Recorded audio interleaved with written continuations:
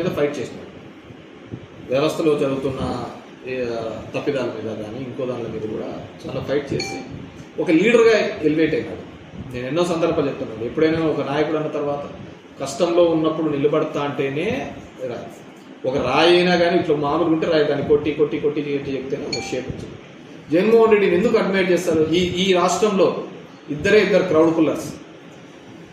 ఎప్పుడు వెళ్ళినా కానీ ఏ సందర్భంలో అయినా కానీ 10 నిమిషాల్లో 10,000 మందిని పూల్ చేసే వాళ్ళు ఎవరైనా ఉన్నారు అంటే రాజకీయ నాయకుల్లో అయితే అది ఒక జగన్మోహన్ రెడ్డి. రాజకీయాలు ప్లస్ దానికి సినిమా మసాలా యాడ్ అయితే పవన్ కళ్యాణ్.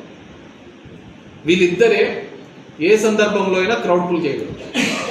చంద్రబాబు కావచ్చు, తెలుగుదేశం కావచ్చు, మేనేజ్మెంట్ మాట్లాడి ఇవన్నీ చేస్తారు. ఇది వీళ్ళిద్దరికే ఎమోషనల్గా వస్తారు దగ్గరికి.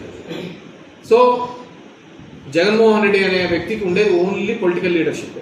ఇక్కడ సినిమా గ్లామరు, సినిమా హీరోయిజం ఇవన్నీ కూడా పవన్ కళ్యాణ్ కలిసేస్తారు.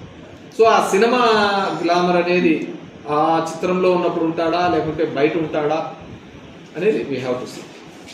సినిమా నాయకులంతా కూడా రాజకీయాల్లో అన్నీ కాదు పాపం వచ్చినారు, వాళ్ళన్నీ కూడా వచ్చినాడు. అంతకంటేనా పక్కన కమల్ హాసన్ వచ్చినాడు, ఆయన విన్నాడు. నా దరిద్రం ఏంటంటే నేను ఇంతవరకు చెప్పినది ఒకటి, మీరు అడిగేది ఒకటి. ఆ వ్యవస్థ గురించి ఫైట్ చేయండి. దీనిదే ఉంటుంది. మన ఆలోచన అంతా మసాలాలకు దిక్కే పోతా ఉంటుంది. అర్థమవుతుందా?